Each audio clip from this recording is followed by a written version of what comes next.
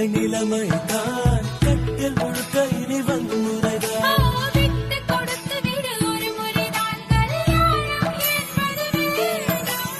மஞ்ச காட்டு ஓ ஏ இருப்போமா வெளிப்படையாய் அசிரிப்போமா மலக்குடையாய் சிற்பி வீரர்களும் சீலை செதுக்குமே பெண்ணின் விழிகள்.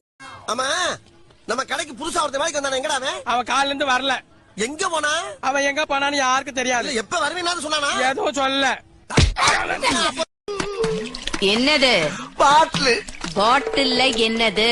ஜூஸ். ஜூஸ் யாருக்கு? உனக்கு. சொல்லாததெல்லாம் செய்.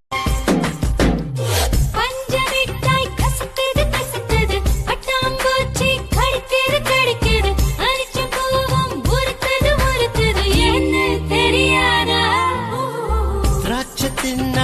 வேலை செஞ்சு ரொம்ப களைச்சு போயிட்டாங்க போல இருக்கே. வயிறு முட்டை சாப்பிட்டுட்டு படுத்து தூங்குறத ஒரு வேலையாவே வச்சுக்கிட்டு இருக்காங்க. காலையில பாத்தீங்கன்னா ஃபுல்லா வேலை செஞ்சுக்கிட்டு இருப்பாங்க எங்க அம்மா. உண்மையை சொல்லணும்னா அது எல்லாமே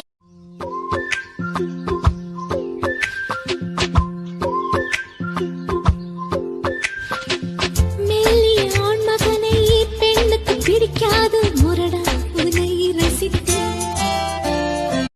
ஒரு பொண்ணு ஒண்ணு நான் பார்த்தேன், சென்டிமீட்டர் சிரிக்க சொல்லி கேட்டேன்.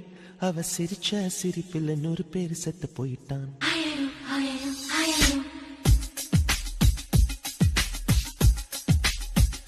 ஹலோ.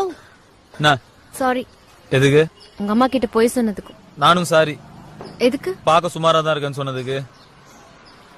சினிமா நடிக்க மாதிரி இல்லனாலும் ஓகே, சீரியல் நடிக்க மாதிரி இருக்க. ஏய் இங்க பாரு. அடடா நீ ஒரு பாறை பார்த்தாய், அழகாய் தான் ஒரு புன்னகை பூத்தாய், அடி நெஞ்சில் ஒரு மின்னல் வெட்டியது. அதிலே என் மனம் தெளியும் உண்டு, அன்பே உந்தன் அழகு முகத்தை.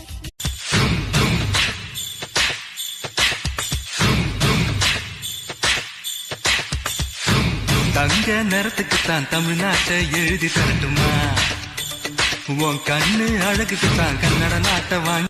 அந்த நிலா சாட்சியா வச்சு உன் கழுத்துல நான் 3 முடிச்சு போட போறேன். 3000 கூட போடு. ஆனா என்ன பிரயோஜனம்? அம்மன் ஜல்லிக்கு பிரயோஜனம்டா.